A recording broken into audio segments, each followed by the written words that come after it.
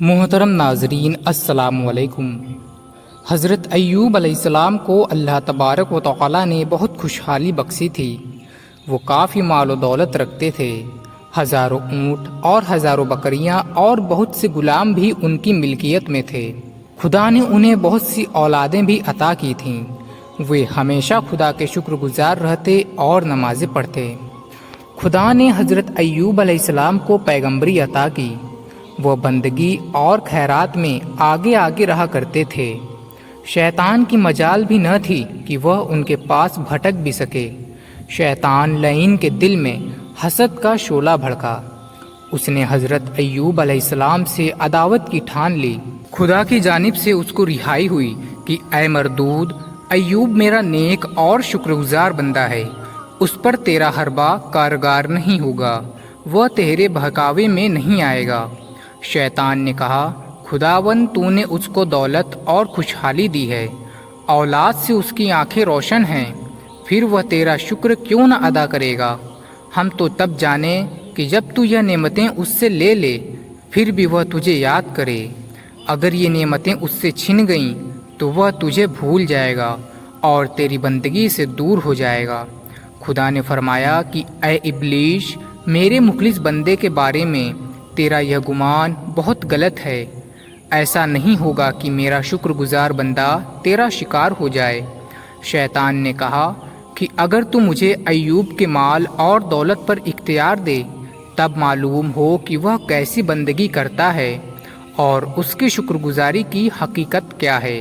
جناب بے نیاز نے فرمایا، جا ایوب کے مال اور دولت پر میں نے تجھ کو اختیار دیا۔ ابلیس بہت خوش ہوا اور اس نے اپنے لوگوں کو جمع کیا اور انہیں اس کام پر لگایا کہ وہ ان کے مال اور جانوروں کو تباہ کر دیں۔ اور آخر شیطان گوالے کی شکل میں حضرت ایوب علیہ السلام کے پاس آیا اور کہنے لگا کہ تمہارے سارے جانور اور مویشی تباہ ہو گئے۔ حضرت ایوب علیہ السلام نے یہ سنا تو سن کر فرمایا کہ اس خدا کا شکر ہے جس نے یہ سب مجھ کو اپنے فضل سے دیا تھا اور اپنے عدل سے واپس لے لیا۔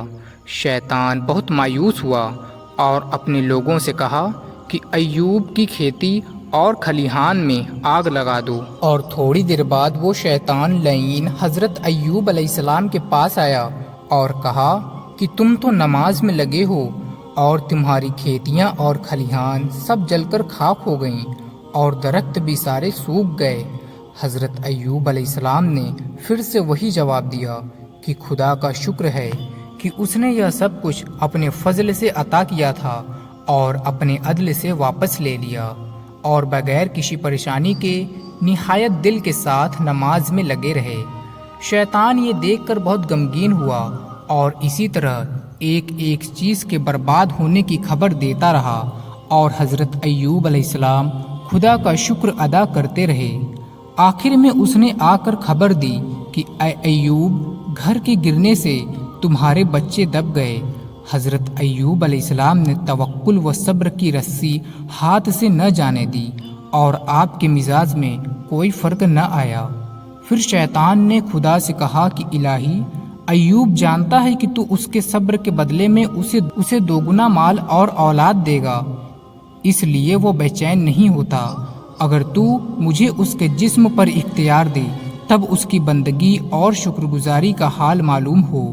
خدا نے فرمایا کہ جا، میں نے تجھ کو اس کے بدن پر سوائے زبان، دل اور کانوں کے اختیار دے دیا۔